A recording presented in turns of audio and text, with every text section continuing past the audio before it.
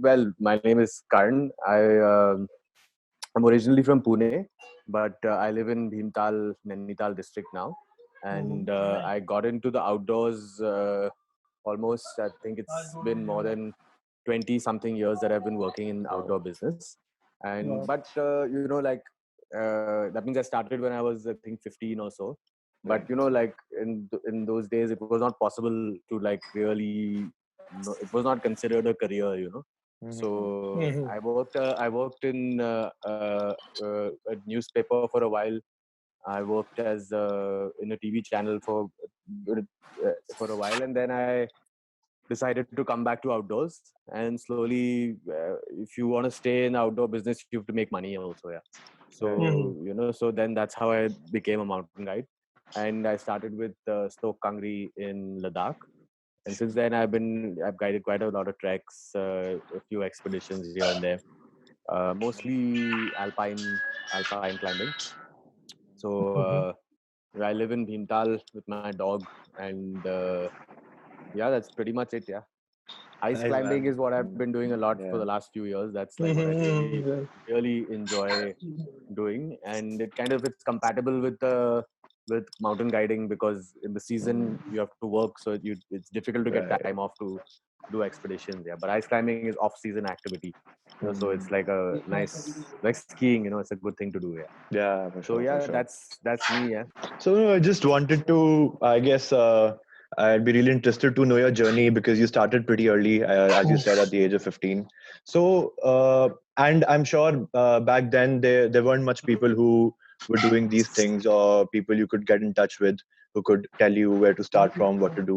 So how did it all begin? So what was the point? Like, where did you start from, and how did it all Yeah. go? Yeah.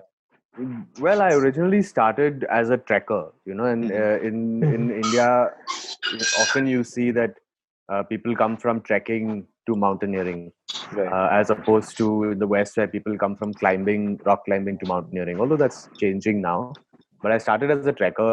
I used to work uh, as a uh, as a volunteer with this Worldwide Fund for Nature, and they sent me when I was, I think, 16 years old, to Spiti Valley for the first time.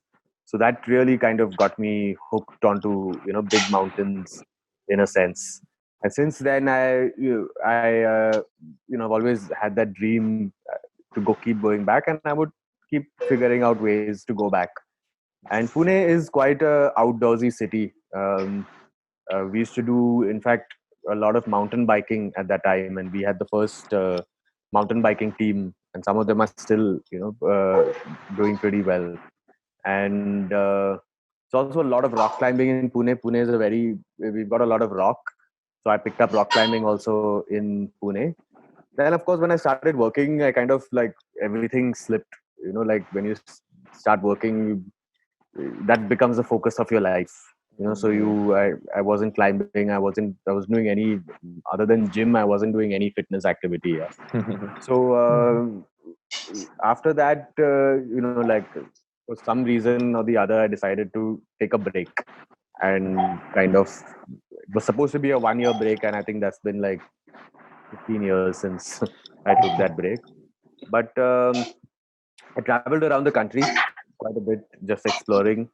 I reached Ladakh, and there I started. A friend of mine had a gym in Ladakh, a rock climbing gym. I don't know if you heard about it. It's called Gravity. Yeah, yeah, yeah, I know. Yeah, So yeah, I heard about Yeah. it. Yeah. yeah, so a Mhm. friend of mine had just started that gym, so I kind of worked there for a short, on and off. I would Mm. work there, help him Mhm. out. But more than that, I would just be climbing, like rock climbing, a lot. That's all we did. Mhm. And I would guide like Stoke Kangri, some treks here and there. That's how I got into it. And eventually, like as a guide also, as a climber, you start to grow, you start to have your own, ambitions, and you start to, want to do your own kind of climbing. Yep. um, and any one place is too small for, for To you to take stay all the forever. exposure in, I guess. Yeah, for sure. Yeah, so Mhm. I lived in Himachal for a while, and now I went back to Delhi and lived in a city, and I didn't like it. And now I live in Nainital district, which is got a lot of rock climbing. Got a lot of good rock climbers. It's a nice place to stay. If you guys ever visit Nainital, definitely come stay with Yeah, me. that'd be lovely, man. That's Yeah. my kind of short story. Yeah. So, if we talk about the training and importance of training, because of course, if you're venturing out into rock climbing and stuff, you need to Yeah. know basics and you need to take proper precaution and everything. And I guess Yeah. training is really important with all of that. So, could you just tell us, like, where did you start with the training aspect of it, or Yeah, so I Yeah. actually my basic course I actually first did at NIM, Oh, right. at the Nehru Okay. Institute, and by then I was already climbing quite a bit, and like Maharashtra has a rock climbing culture, so I was already like rock climbing a fair amount, and I did it at NIM, and like for some reason, like I got a B grade in that course, Okay. and I I blamed the instructor, because I felt like I was better than like the rest of my course, the rest of my rope, but I still got a B grade, So if I'd gotten an A grade, I probably would have just like left it at that and moved on and not cared. Yeah, Right. definitely. Yeah, but because I got a B grade, I was like, it kind of became like my ego was rattled. कि यार ये मेरे को B grade कैसे मिल गया यार? Right. And at the time when I decided in NIM, everyone had told me that the course at HMI, the trek is a lot harder. So I said I'll go to HMI and do it. And in those days, you could get admission pretty easily. Like you didn't have to wait like 2 years, like you have to wait now. Yeah. So I bad. went to HMI, and the trek was indeed harder, but I prepared for it quite a bit because this time I was like, come what may, I'll not get a B grade. So I did that course, and then pretty soon after I did the advanced course as well. Although I did the advanced course only, like by then I was already a bit jaded with the way that that we teach mountaineering and we teach climbing. Yeah. So, but I did know that as if I wanted to be a professional, I needed that course. So I did the advanced course as well, and I got an A grade in that too. And I never did any other course except for the climbathon. Like I had no real interest to do the search and rescue or anything.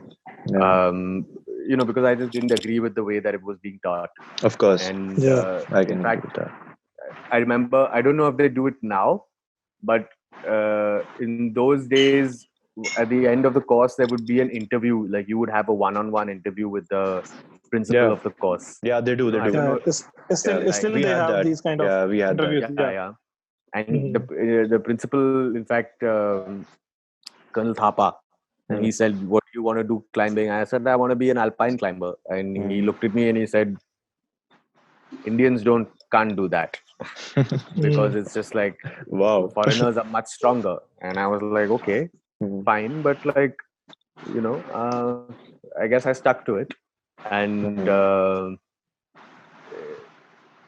I guess all of these things kind of would, जैसे दिल में कुछ जैसे थोड़ा सा, it's like it hurts your ego, which kind of forces you to like, try harder in a sense. Like if everyone had told me, yeah, it's easy to be an alpine climber, or yeah, no problem, I guess I would not have like really felt the need to work at it and to work on myself. Right. And I understand that ego is not always, it's most often a bad thing, especially for a for a mountaineer, but sometimes maybe it's it pushes you in the right direction, I guess. Right. So I guess like these things kind of came together, and they like, I was like, अब तो मैं करके दिखाऊंगा, अब तो मैं alpine climbing ही करूंगा, अब तो मैं expedition पे कभी नहीं जाऊंगा. You got that push, I guess, from that from doing these events. In a sense, yeah. And at the same time, like at that point, like 10 years ago, I was like, no, forget about going to like the Indian Mountaineering Institutes. Like it's just not worth it. Right. But then again, like I realize now, like I'm a lot older than you guys. So like I realize now, looking back, that I gained a lot from going to those courses. Like I gained from the experience of just being in the mountain for so long. Sure. I gained from like meeting such, and in fact, some of my instructors are still friends of mine. and like we talk about like and now we have a kind of a mutual respect for each other. In fact, instructors from NIM also are friends of mine now, and I realize that like it's like this when we talk about this like alpine climbing, it's not necessarily the only way that is correct, and I realized that not only did I gain a lot from there, but in the Himalaya, like just the ability to carry like big loads on your back for days on end is something that really, only if you do that can you then begin to think of like taking on technical phases, because so yeah, now I do realize that. And in fact, when we as part of the IFMGA, our attempt when we decide who should be allowed to train with us, you do need to have a basic and advanced course, so it's at least that much is important, so I guess a lot of it was a kind of a young man's ego, but for better or worse, I have a lot of respect for that style of climbing as well now after that. But like I also believe that like everybody, not just climbers, but everybody should like every year do something to improve their skills, like every year you must level up in a sense. So I've continued over that after that time to like train myself, because as someone who's not like I'm not a Sherpa. I'm not like I wasn't born at altitude. So we must compensate for that with other skills, right? So I keep training. I did in Ladakh along with there was a guy called Jeremy Higgle.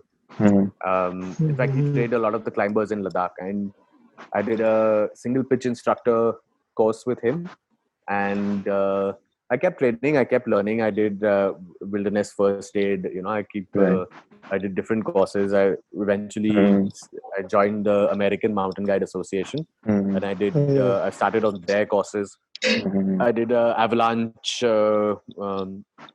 level 1 course. I learned to ski, I learned to ice climb, so I kept kind of raising my skills. Nice. And that's I think is a kind of a ongoing process. Like you have to keep learning and you have to keep training. I try to keep doing that. Sure. Nice, man. काफी difference है in the international standards right now, and what are we following over here in India, I guess. And so one of the things is that हाँ difference है बहुत. एक तो मतलब आप जहाँ भी जाओ, एक तो हाँ हमारी ट्रेनिंग बहुत not just mountaineering training but all training is a very kind of old school kind of training. नहीं मतलब हमारे स्कूल में ये मतलब nobody tries to teach us कि लॉजिक क्या है. नहीं जस्ट मतलब आप रट्टा से सीखते हो आप स्कूल में. और हमारे माउंटेनियरिंग कोर्सेज में भी यही होता है. मतलब वो बताते हैं कि ये नॉट यहाँ लगाओ, ये एंकर ऐसा लगेगा, पर ये कभी नहीं बताते कि क्यों लगेगा. तो ये भी एक बात है कि in America where I trained, they don't want you to do any ratta. मतलब उल्टा अमेरिकन माउंटेन गाइड एसोसिएशन की फिलॉसफी ये है कि there is no right answer and there is no wrong answer. बस उस एक सिचुएशन में आपको जो बहुत मल्टीपल चॉइसेस होते हैं, मतलब you can do many things and you have to make a choice depending on the current situation. तो ऐसा कोई राइट आंसर रॉन्ग आंसर नहीं है. और वो जब आपको ट्रेन करते हैं, they try to teach you what is the logic of this work, and it is a system which works because much of the world's great mountaineers, many of the world's great mountaineers have been American mountaineers. If you look around, American of late, especially American mountaineers have put up they are one of the, at least in the last 10 years, they've really done a lot in Himalaya as well. Not just American mountaineers, Slovenian mountaineers, Russian mountaineers, Polish mountaineers, but right now the Americans they're doing very well. The way they think is working, as is others, but it's a system that works. That कि अपना दिमाग लगाओ यार, मतलब कोई correct answer है wrong answer नहीं है. Just use your brains a bit. So that's how they teach. That's how we teach. And the other main difference is that every country's association teaches different things. That's because every country has different terrain. Jैसे they say that the German and French mountain guide courses are the hardest, but they have no high altitude component. वो सिखाते ही नहीं है high altitude में क्या करना है. नहीं, American mountain guide association में हाई स्की है, रॉक है, अल्पाइन है, पर हाई एल्टीट्यूड कुछ है ही नहीं तो they just don't have that component in their training. In fact, the IFMGA doesn't have a high altitude component in their training. It's a different matter. They are working to put it into their training, but they don't have it. Right. So it's according to that, not, and it's very specific. जैसे आप देखो कि French और Germans का rock climbing grade जो what they need बहुत high है, 7A 7B होगा. Americans का 6A 6B है, नेपालियों का 6A है, you know. So it's because it's not because they are better climbers, but it is because the terrain in the Alps is very steep. You know, the American terrain is mostly ridges. Nepal में तो rock climbing है ही नहीं. अगर आपको mountain guiding करना है, you don't have to. Yeah, definitely. At least not yet. Maybe in the future it will be, and slowly Nepali mountain guides are becoming pretty strong climbers as well. So those are the differences, and of course, it doesn't take long for us to modernize. You know, we are still stuck in our mountaineering institutes are still stuck in in the past, but it's not a bad thing. I don't believe it's a bad thing. But I guess geographical factors play a very big role in the entire scene, because of course the terrain is very different at every place. And I guess and I also feel, correct me if I'm wrong, I feel India mein jo institutes hain, and the reason they were initially established were because of the army training, because because of the borders and the north they have to defend. And I guess it is very I don't think that's not why they were not created for military uses. In fact, Tenzing Norgay was the chief instructor of HMI, the first. Yeah, he was the first chief instructor. Right. Yeah. What happened was that I think Nehru believed that the army would make for the best mountaineers, which I don't believe is true. You know, because mountaineering is as much an art as it is a science, and as it is it's as much a solo activity as it is a group activity. You know, it needs as much indiscipline as it needs discipline. So I'm not sure if the army is the best, you know. And if the Indian army have done some really great climbs, but they've also done some not so great climbs, you know. And so I don't think that's the reason that they were put up. The institutes were put up. Sorry, I interrupted you. You were saying? No, it was fine. So I was actually, I was coming to that only because मेरे को initially यही थोड़ा लगता था, because and what discussion on the basis of the discussions I had with my instructors, मेरे को उससे थोड़ा यही picture लगती थी कि एक ही motive था इसके पीछे, because army की training उस sense में होनी है, because they have to defend the borders, and they're giving you the same training जो पीछे से चलती आ रही है. They're not improvising, they're not adapting to the international standards, or what not even standards, but whatever the whatever developments are happening in the world in respect to safety standards, maybe whatever, they're not adapting to that. So I guess वो बहुत बड़ा एक factor है उसमें भी. But I guess that is also a point. Of course, Tenzing Norgay was there. So I think it was from what I understand of the history of these mountaineering associations. Of course, that there was like a military aspect to it. That's why the military is like runs 50, like is such a big part of it. But I think the core of it was not military.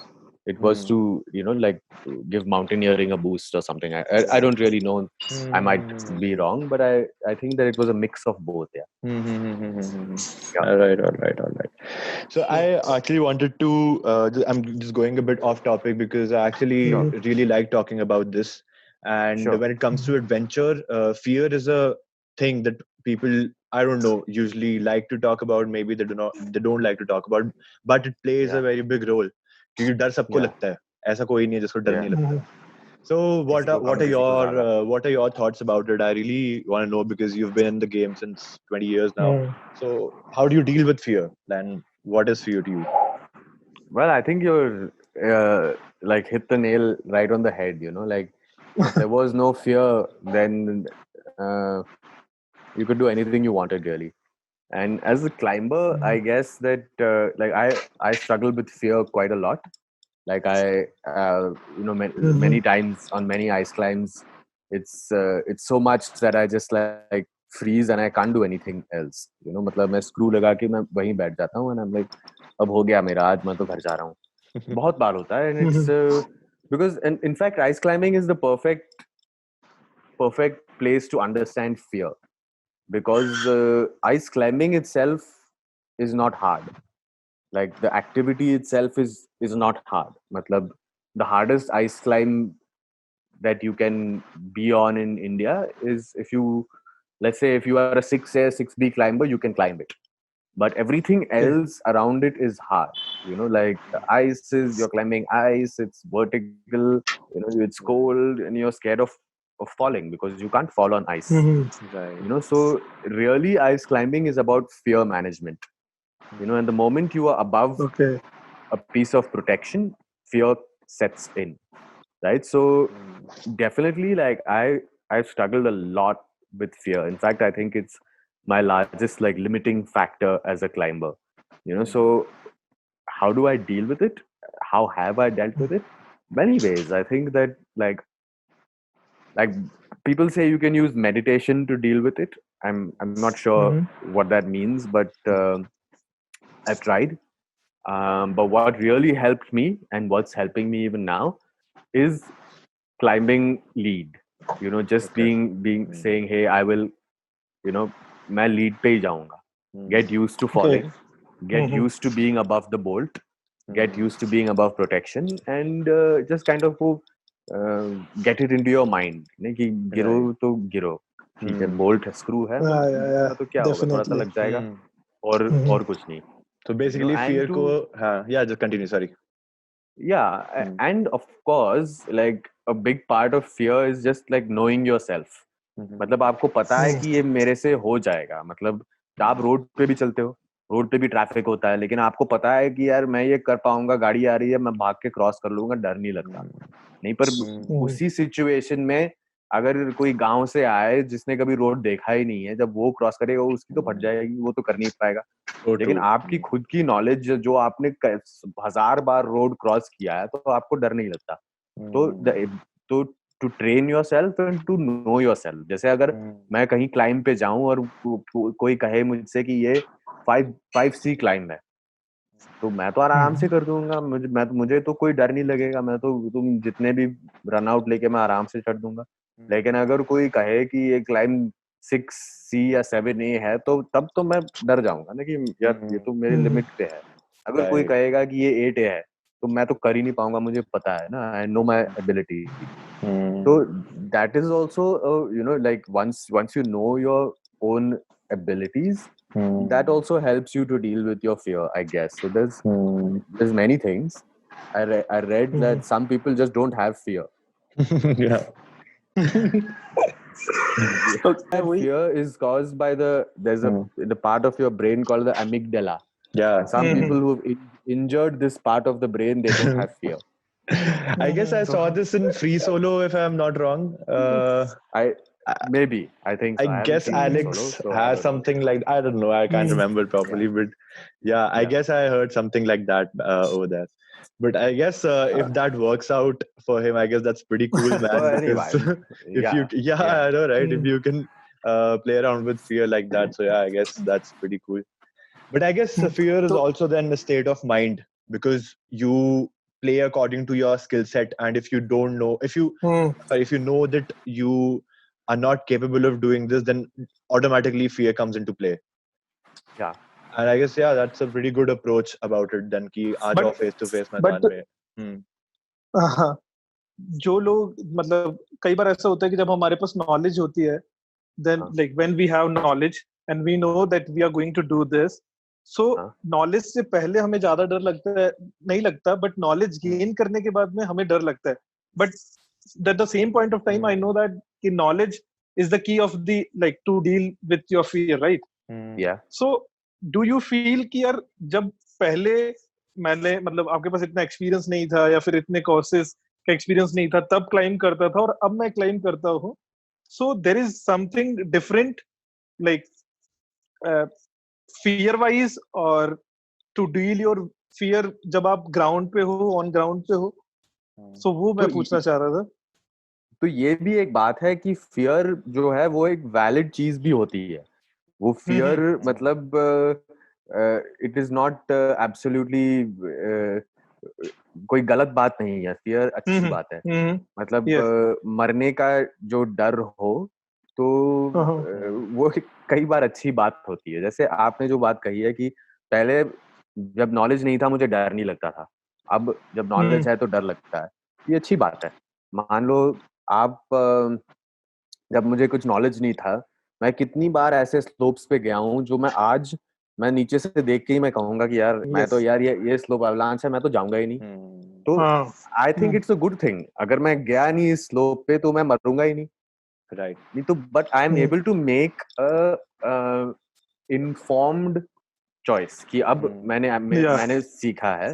मुझे पता है अगर ये 80 degree का avalanche 80 degree का slope है, ये avalanche slope शायद नहीं हो, तो मैं इस पे जा सकता हूँ. लेकिन अगर सिंपल सा ट्रेवर्स है जो मतलब कई माउंटेनियर्स करते हैं जिनको कोई डर ही नहीं लगता कि सिंपल सा मतलब हमें तो चलना है, हमारे ऊपर सिर्फ एक आराम सा स्लोप है, या तो एक हमें 40 डिग्री का स्लोप चढ़ के जाना है. तो पर अब मैं नहीं करूंगा 40 डिग्री का स्लोप. अगर हैवी स्लोप हो तो I know that it's an avalanche slope. if it's a heavily loaded slope, if I'm seeing the signs of an avalanche, if I'm seeing weak layers when I walk, if I'm hearing the thump, I will say I'm not walking on this slope. Fear is valid. So knowledge, I think, is if your knowledge is making you afraid of something, I think it's a good thing. You should listen to that knowledge. Okay, that's but this is a really interesting thing I'd like to add to this. So if like we're talking about knowledge and fear, so I usually climb in Boulder Box, back at Boulder Box. So what happens is, and this happened a couple of times before. My current level of climbing is V2, V4, V3, V5 according to the Boulder Box sure rating. And what happened once was these guys changed their routes, and they didn't mark the routes as of yet. What is the grade and what is the thing. So I just randomly climbed a particular route. I was really interested by it. It was difficult for sure for me because I was able to look at it, but I was able to do it. After that, I got to know it was a V4 V6. I tried it again after knowing that this is a V4 V6, and I haven't been able to do it again even once. So I don't know. It was so frustrating. That's true, man. It's like well, now that you know that you can do it, you just keep trying on. Yeah, I keep sticking to that bit. Yeah, that last move is taking a toll on me. But yeah, I guess that's also an interesting concept. Yeah, it is true. Yeah, fear is both limiting and it keeps you alive. Like they say. Yeah, sure. Old mountaineers and bold mountaineers, but no old bold mountaineers. It keeps you grounded. Correct. I think it keeps you grounded. Yep. And and it's been a dangerous. Like if you look at like last year was a very dangerous year for mountaineers. Some of the world's top climbers, all of them very young, like your age, they all died last year. Some of the best climbers in the world, they all died last year. So I think there is something to be positive to be said for fear as well. Yeah, for sure. Correct. Like my friend Ari Novak is a professional ice climber. Like he says about ice climbing, when you get on an ice climb, you should not be thinking ki maybe I have it. You should know that I have this climb and I can do it. That's the only time you get on an ice climb. You should have the knowledge that this is within your ability. Right. It's not the same for rock though. Like for rock, if you don't have it, you can still try. It's fine. Even in mountaineering to some level, if you're unsure about it, you can still try because you're still able to retreat from a climb. But ice climbing is not like that. So I guess fear is not only important, but it's something you need to listen to and like rationalize in your mind and understand why you're fearful. 100%. Correct. Yeah. Right. Crazy. So I guess we talked a lot about fear and other emotions. I'd like to Yeah. pick up ice climbing though. So basically, Sure. when I went for my mountaineering course, we just Yeah. had 4 sessions of ice climbing, and they were Yeah. just and if I see the amount of time that I climbed, Yeah. must be 100 minutes in total. That's Yeah. it, maybe two Yeah. hours, not more than that. Mm. And I got an A grade certificate, but I was not really, that's what, if I had gotten a B like you, I would have been furious and stuff. But honestly, when I got an A grade, मेरे को ये था कि यार मैंने तो यार क्या सीखा है? I haven't learned anything. कुछ भी नहीं है. मैंने सिर्फ हाथ में एक बार पकड़ के देखे हैं वो tools, and I don't know anything about them. And now that you're an established ice climber, how did you start with that? Like how, and especially in India right now, we have ice climbing festivals as well, and I guess you're also associated with them. So how Yeah. did all of that start, and what was like? How did you proceed with ice climbing? If you like what you're listening and want me to explore more adventure stories and glories, please hit the subscribe button and don't forget the bell icon along with it. So I think I'm the first Indian climber to ice climb, and I had actually gone to visit my girlfriend in the US, and I tried ice climbing there. It was just 2 days of ice climbing, and it was in upstate New York. And I had a guide who is a friend of mine now, one of the best ice climbers in the world, and he took me out ice climbing. And the first thing, like in ice climbing, when they teach you in India, they teach you this kind of Y position, with your legs together and your hands both up. Mhm.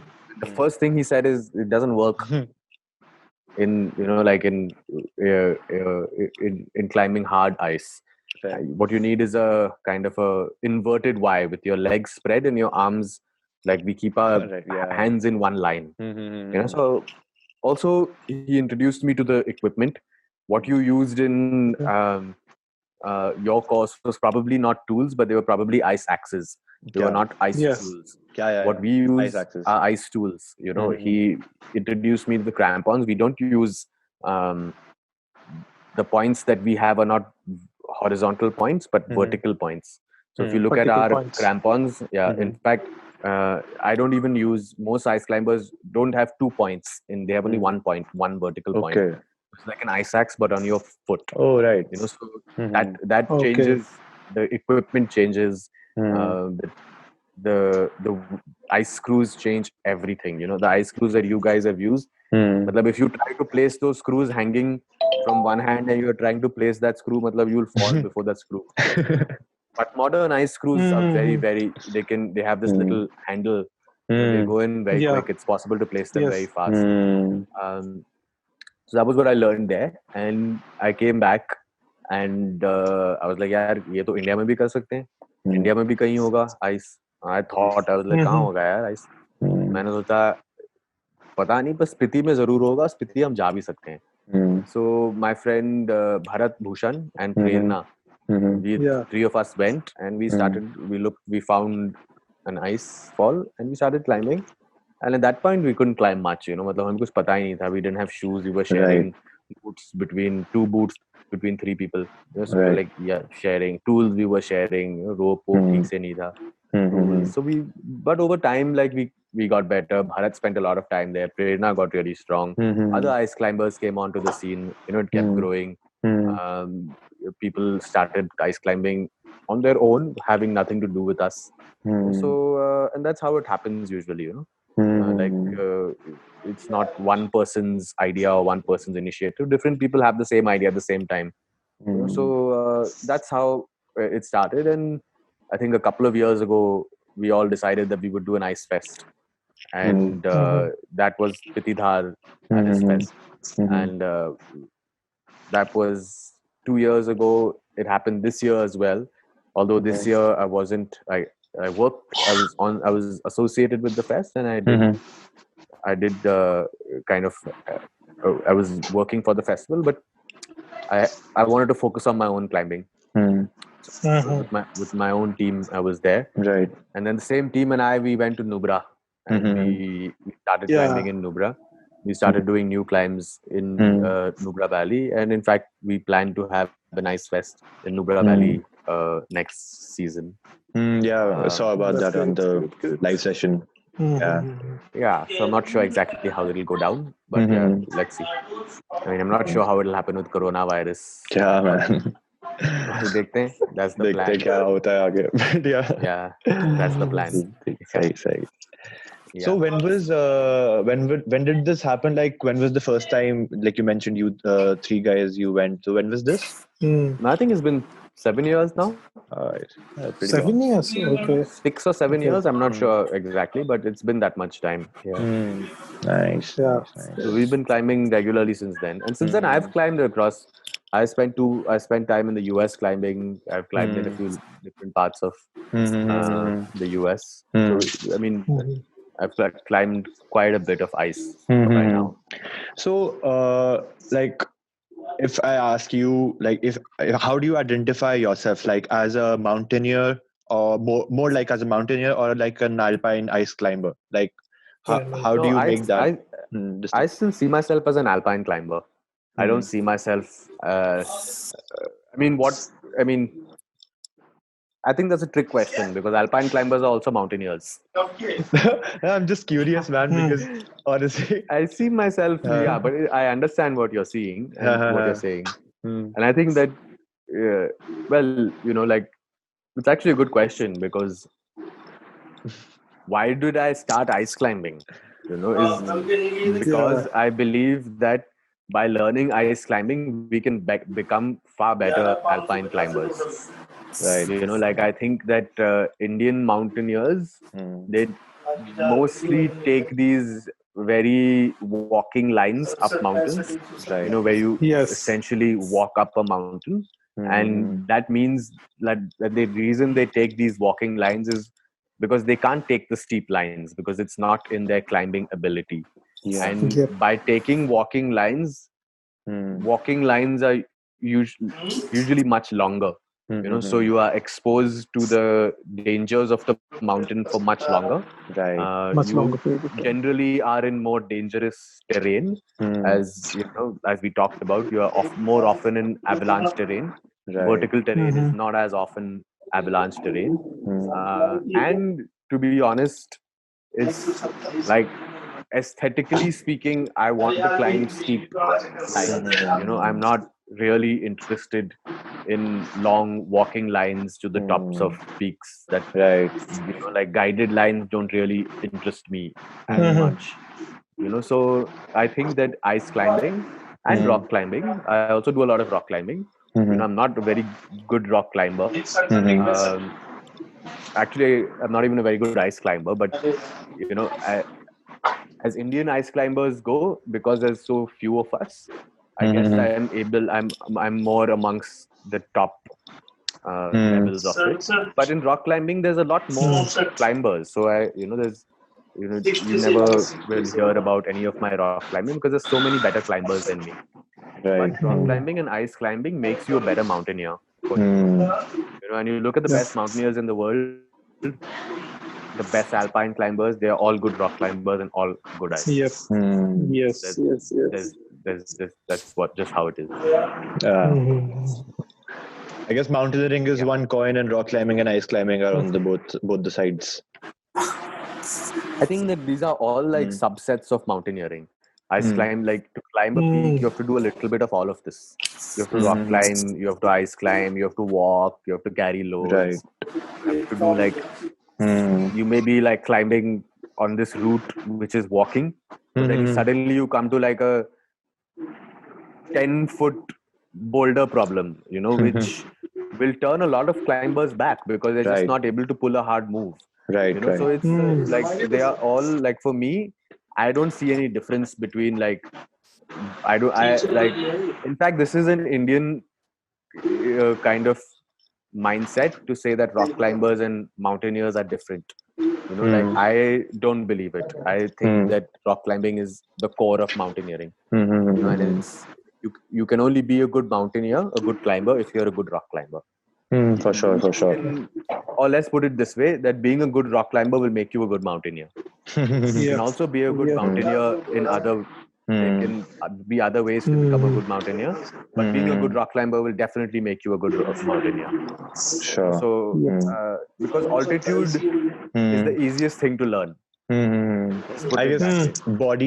your body can adapt to that eventually. The skills of high altitude are easiest to learn. Right. You know. But I So guess that's why that's I what think they're that trying to replicate in the 28-day mountaineering course here in India, that they cover all these aspects: training, rock climbing, ice climbing. But yeah, I don't think they're doing a pretty good job over here. But yeah, no, I disagree with that. I think they're doing a good job of it. I just like think about it. Like if you imagine, like if you are someone who can only afford to, who's come from, who doesn't have the world exposure that you have with YouTube, someone who can barely, never, not going to be possible for you to buy rock shoes, buy mountaineering boots, so all the of course. expenses that go into it, and you want like a taste of it. I think that the mountaineering course is a great place to get it. Like Of course. I do guess some rock climbing. not a good job was a bit harsh, but of course they were given excellent exposure to, if you actually want to get into it. That was the wrong choice of words, but I guess yeah, we can definitely improve upon that. But Oh yeah, sure. the main point is, I guess, at the cost that they're giving it to us, and especially to Indians, if we talk about it, it's a Yeah, sure. it's a pretty good exposure, I guess. Because I guess, how Definitely. much did we pay, Rahul? I guess around 10,000. I guess, and we were there for 28 days. Yeah, now it's like That's an excellent. 17,000. So That's an Well, I excellent paid start something for like someone. 3,000 for my first course. yeah, now you can see. Yeah, 3,000. Wow. so Yeah, they made it accessible for everyone. Right. Yeah, Right. but they can improve. They can improve. Like in of certain course, things, they can improve. of course, yeah. But they can improve, but so can Indian mountaineers. Yeah. Not just. I mean, to lay all the blame on the institutes and say they can improve is one thing. But look at what Indian mountaineers are doing. Yes. Like, no Right. offense to you and your pursuits, but the general pursuit of an Indian mountaineer is Everest. Of course. If you want to climb Everest, you don't need to rock climb, you don't need to ice climb. You just need to be able to pay for it, essentially speaking. And you need to have like incredible cardiovascular strength. So you need to be able to, if you can run an ultra marathon, which I can't, you can probably climb Everest. And you have a good. It's not unfair to say that you probably can climb Everest. And don't get me wrong. I'm not taking away from the dangers of it or the hardness of it. I understand how difficult it is, but it is how many Indian mountaineers will you see climbing Kanchenjunga? Right. Even if we stick to the 8,000 meter peaks, definitely. there are a few. There are a few. Arjun is climbed. There are a few that I know. There's been some other expeditions, but most like Indian mountaineers even now will climb even non-Everest ones. What will they climb? They'll climb Nunkun. They'll climb Stoke Kangri. They'll climb Friendship Peak. They'll climb Bhagirathi. They'll climb Kedar Dome. It's the same peaks, so Right. which is fine. As a professional mountain guide, I'm fine with that because Exactly. I see that there's it's an industry, and I'm okay with that. But we can't only blame we also have to look at what Indian mountaineers are doing. Right. How many, and maybe they're changing. Like maybe there's a change happening. Maybe there are more rock climbers than ever in the country. There's now going to be three. Actually, there are a lot of climbers who need who want to learn those expertise. Like they want to climb some technical mountain, and they really want to, they don't want to go and just use they just use fixed lines or main lines to just climb the mountain. They also want to do some alpine climbing, but the point is they don't have that they don't have someone to teach them, or maybe because हमारे India में तो सिर्फ ये institute ही है जहाँ से हम लोग सीख सकते हैं. Okay, but if they want to learn all those technicality in terms of to negotiate some technical mountain, so I think कि शायद वो थोड़ा information वाला part या फिर शायद mentorship वाला part वो थोड़ा missing है. Yeah, I guess the basic infrastructure is not there for that, basically, and I guess that's with the entire adventure community. I think it's really raw right now, and especially in India. Yeah, what do you think about it, Karan? I mean, I agree with you to some level. Like, definitely mentions everything in the Yeah. sense that you don't need to reinvent the wheel in a sense. Matlab, Yep. someone has already Yep. learned and made the mistakes, and you can learn from those mistakes. So mentorship is definitely important, but at the same time, like, we have to remember that India does have like an old and pretty amazing climbing culture. Like, I don't know if you know, but like, you've seen the Shark's Fin movie with Conrad Anker. I don't No, know if I you haven't seen that. guys. It's called Meru. Meru, yeah, Yep. yeah, Meru. yeah. Yep. Yeah, Meru. Yeah. Meru is an incredibly hard mountain next to Shivling. Right. And the first ascent of Yes. Meru, not of Shark's Fin, but the first ascent of Meru, which is a fully rocky 6,000 peak, was by an Indian team. It wasn't. It was by Mandeep Singh Soin and team. And I think, if I'm not mistaken, it was Charu Sharma who was a cricket commentator. But Okay. Ah. but it was by an Indian team. If you see what all the amazing rock climbing that Mohit Oberoi and team have done, they've done amazing rock climbing all over this country. Like, literally, there's like, if you look at mountaineering, I mean, in the 60s, if you look at what Indian mountaineers were doing, it's pretty amazing stuff. Like, they were doing some pretty wild expeditions. So I think that mentorship is not always important, but what I do think is lacking in India, and in fact, there was an article in the Alpinist about exactly this, about what is lacking, and it's this links, and they called it the broken links in a chain. So the people that came before us, they did all of this, but when we did it, we had to start from zero. Right. So rather than Yep. learn from their mistakes and go higher and higher, which is what mountain guide associations around the world do really well. What they do is one generation learns, makes the mistakes, they teach the next generation, they teach the next generation, they teach the next generation. Right. Which is why, like, if you look at Western mountaineers, you always see old mountaineers climbing with very young mountaineers.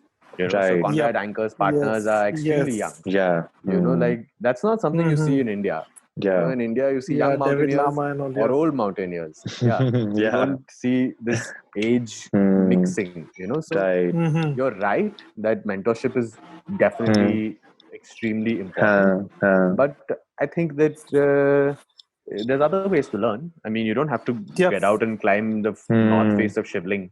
Like, you want to climb, go find a small peak above Dharamsala. There's enough lines to climb. Yeah, you go Right. climb something like that. It can be a 4,000-meter peak with a technical line. So I think I see what you're saying, but I think that it's not a good enough excuse. But I Yeah. Yeah. absolutely agree with you, Kan, on this. The Got it. point that you made was really interesting before this, that mountain guide associations abroad, there's a certain way that they're operating. And like maybe that's their culture. And it's not here in India.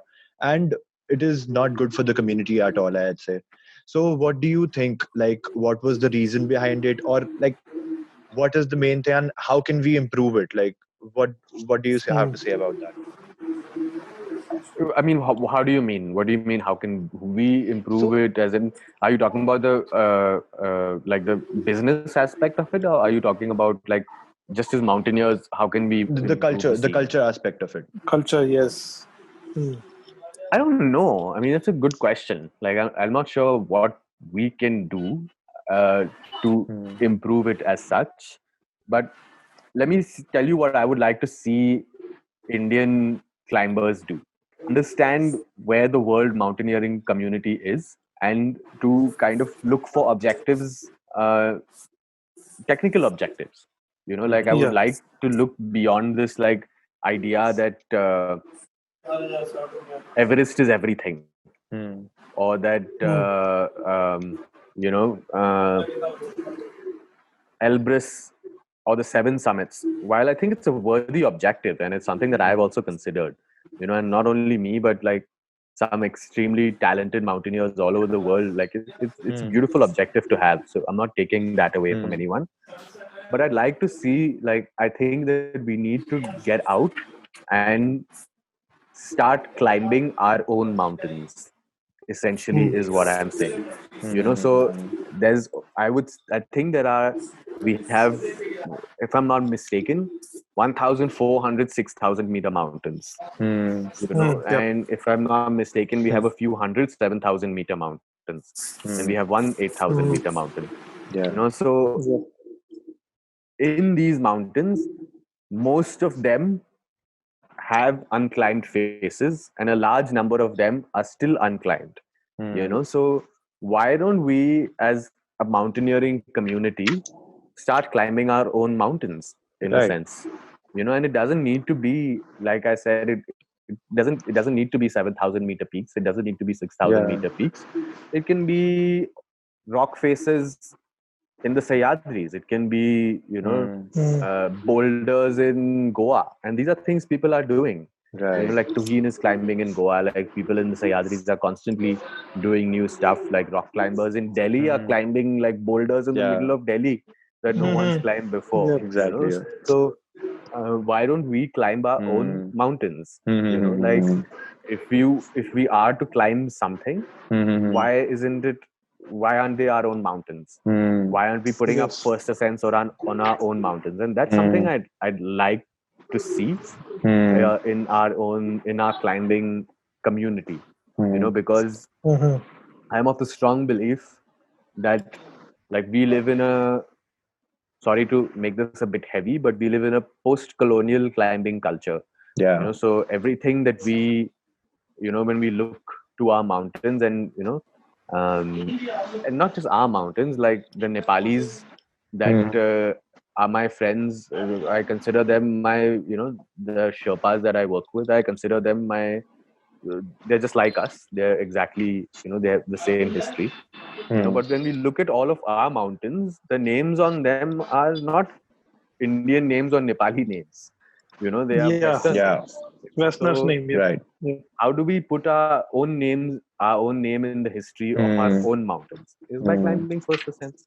There's so many mountains to climb. Let's climb that.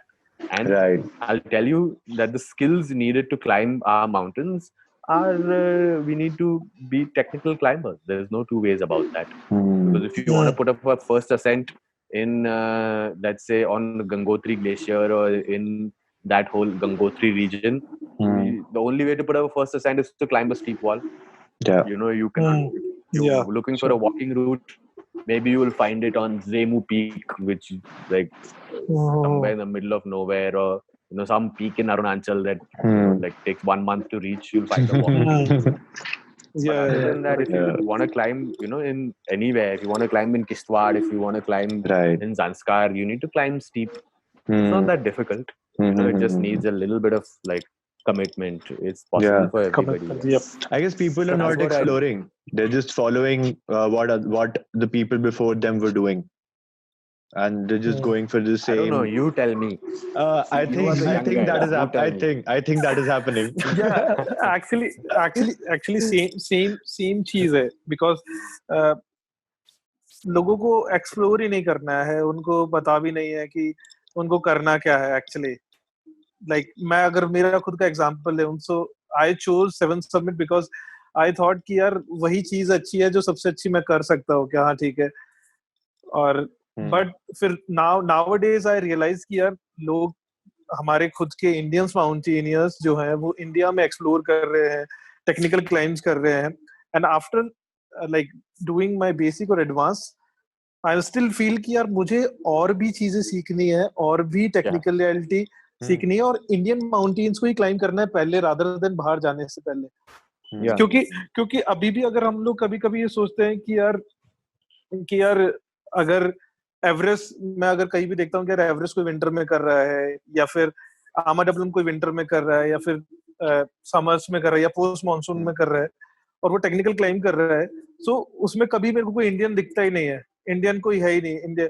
सो वही कभी कभी दिमाग में लगता है कि नहीं यार, पता नहीं क्यों इंडियन लोग ट्राई नहीं करते, या फिर क्या कमी है, या फिर हमारे कोर्सेज जो हमने सीखे हैं शायद उससे हमें इतना कॉन्फिडेंस नहीं आया अपने ऊपर कि हम लोग वो जाके वो ट्राई करें. बट जैसा कि आपने बोला कि ठीक है, इंडिया में हमारे पास 6,000 और 7,000 बहुत सारे हैं, एंड वही हमें जाके उनको एक्सप्लोर करना चाहिए. ठीक है, कोई Right. बात नहीं, एक बार, दो बार, तीन बार फेल हो सकते हैं, बट मे बी हम लोग उससे कुछ सीख सकते हैं. और वही है कि जब हम लोग एक्सपीरियंस गेन हो जाएगा तो maybe we can go and climb any other mountain. Yeah, I think you're right.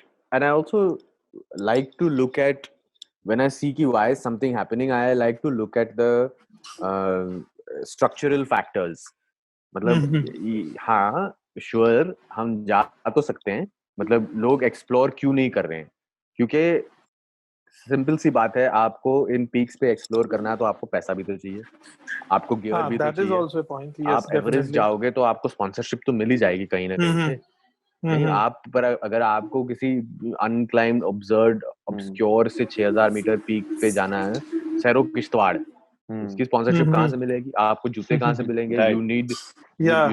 you can't do with a 2000 rupee ice axe. You need Yes. each pair of ice tools, like it'll cost you like 25,000 rupees, yeah, to get 25,000, yeah, both of them. easily. You know, so a pair of crampons, you cannot buy it from Decathlon. You know, it needs to be, you know, so you need to have the best gear. You know, so you're looking at expenses as well. So maybe that's not changing. You know, it's suddenly our country is not going to become rich overnight. So how do we approach this? You know, one solution is what IMF had tried to do many years ago, is to have a centralized gear store where they can give this equipment on rent. Right. Yeah. Yes. And the IMF should be doing that, but everything in their gear store is obsolete right now. You know, this is actually a solution which the Himalayan Club had called for in something like 1964 or something like that. Nobody's ever done it. You know, so maybe if, like, since we're talking about what are the solutions that you guys can do, maybe this is a project you guys can put together. Maybe Why not, man? this is something that you might be able to get funding for. This is something that you might get support for. You know, Right. maybe even if it's enough to just send 2 or 3 alpine expeditions in total. If you have like 6 pairs of ice tools, you can send 1 expedition. Yeah. Yep. Six pairs of ice tools, 3 pairs of crampons, 3 pairs of ropes. You can send an expedition easily. Right. मतलब Right. हमें, you know, once we have that basic covered, एक बार हमें gear मिल जाए, तो हम, क्योंकि हम Indian हैं, हम यहाँ रहते हैं, हमें, you give me 2 lakh rupees, I'll do an expedition. Yeah.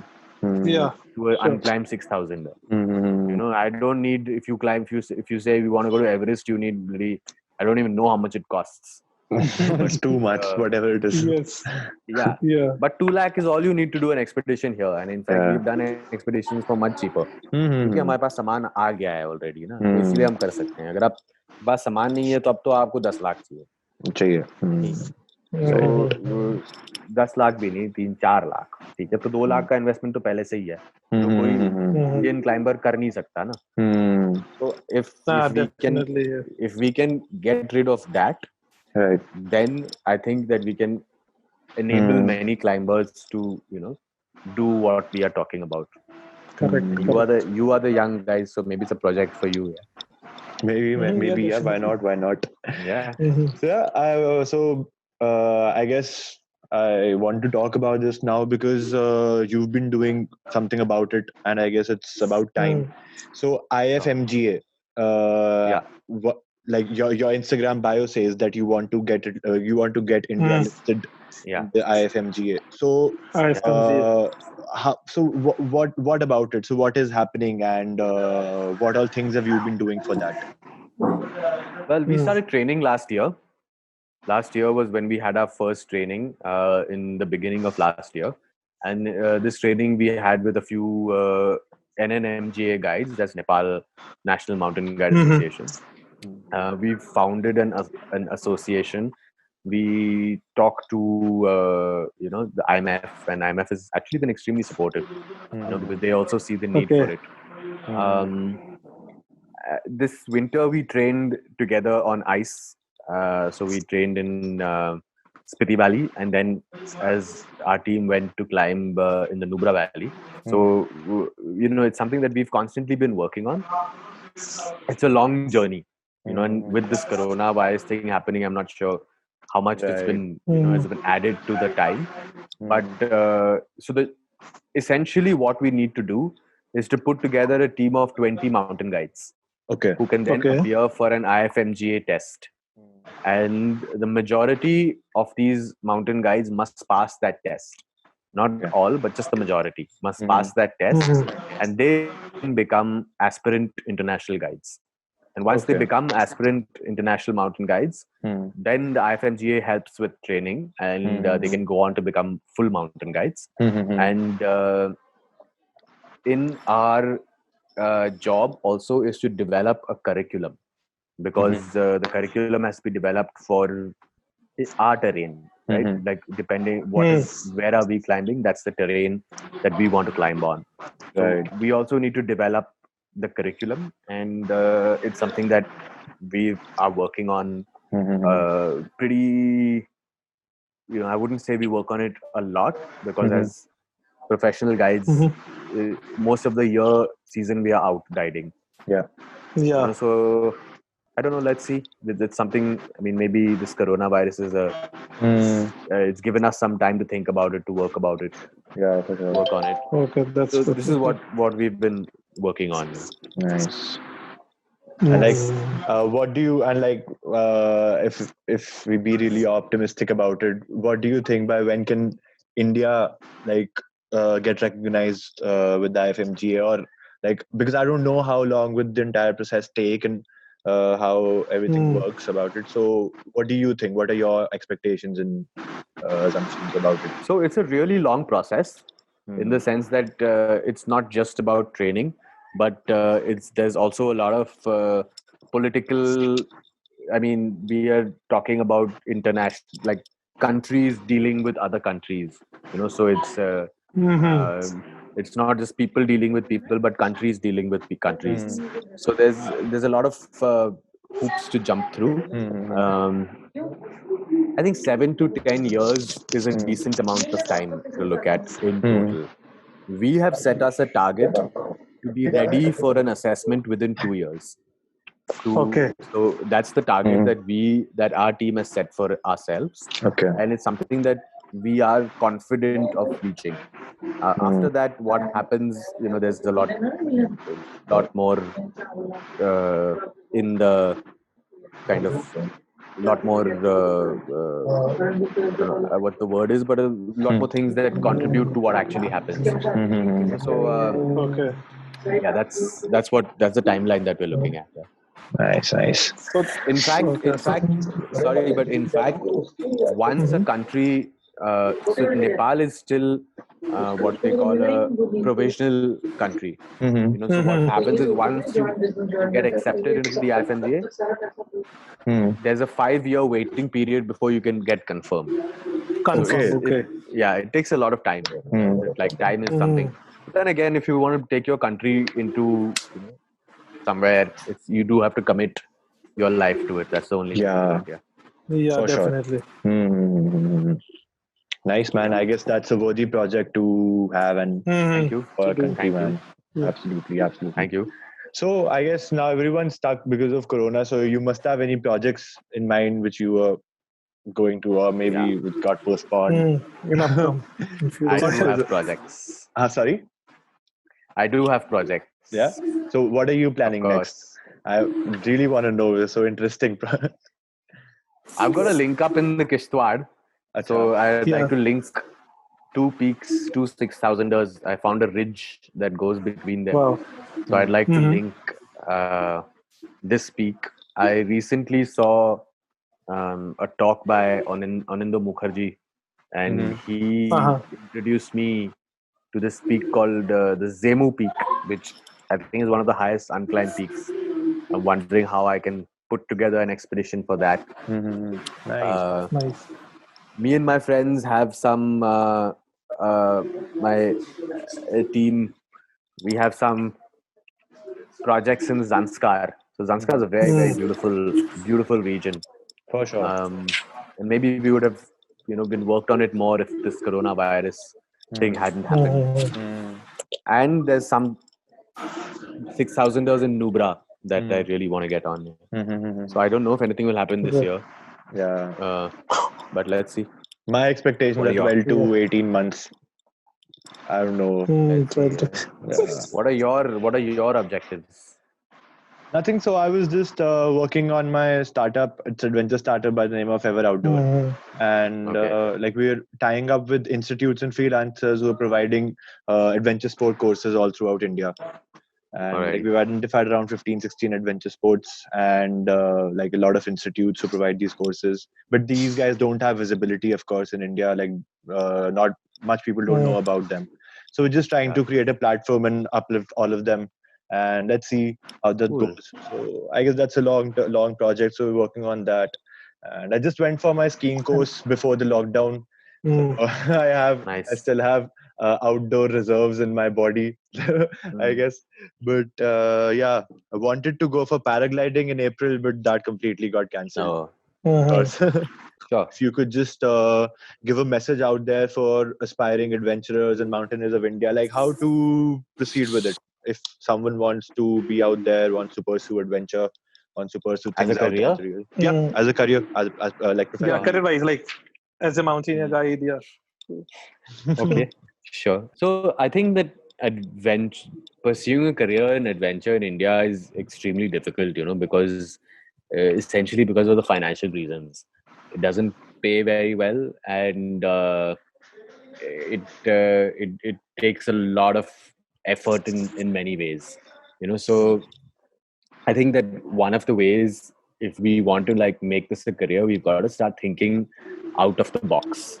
We've got to start like coming up with new solutions to make it pay, to make it work, and to make it sustainable in a sense, right? So I think that's extremely important, not just for you and me, but for the environment as well, right? And I think that it's important that we come up with new solutions. First of all, I think the second thing that we need to do is that we need to all become better at what we do. Like we have to aim to be amongst the best in the world, and not just like good enough, but to be the best in the world. And I think that we need to set a very, very high standard The for standards. ourselves. Yeah. And we need to like reach this standard, work hard to reach this standard, and I think that so that's what I think. And I think the way to do that is to look for interesting projects around the country, and to, like I said before, climb our own mountains. That's what we need to do. And it doesn't need to be just mountains, but climb our own mountains, raft our own, or kayak our own rivers, go downhill on our own trails, and put it out to the world that not only are we capable of doing it, but we are doing it. Right. That's what I think. So I guess we've been talking for a while now. It was an amazing conversation, Kant. Great. Yeah, I really enjoyed know it. you, man. Thanks a lot, guys. Yeah, nice It to meet you was guys. amazing. Hopefully, this And- will all get over soon, and we can all meet in the mountains. Yes, man. Hopefully. Yes, definitely. Absolutely. Yeah.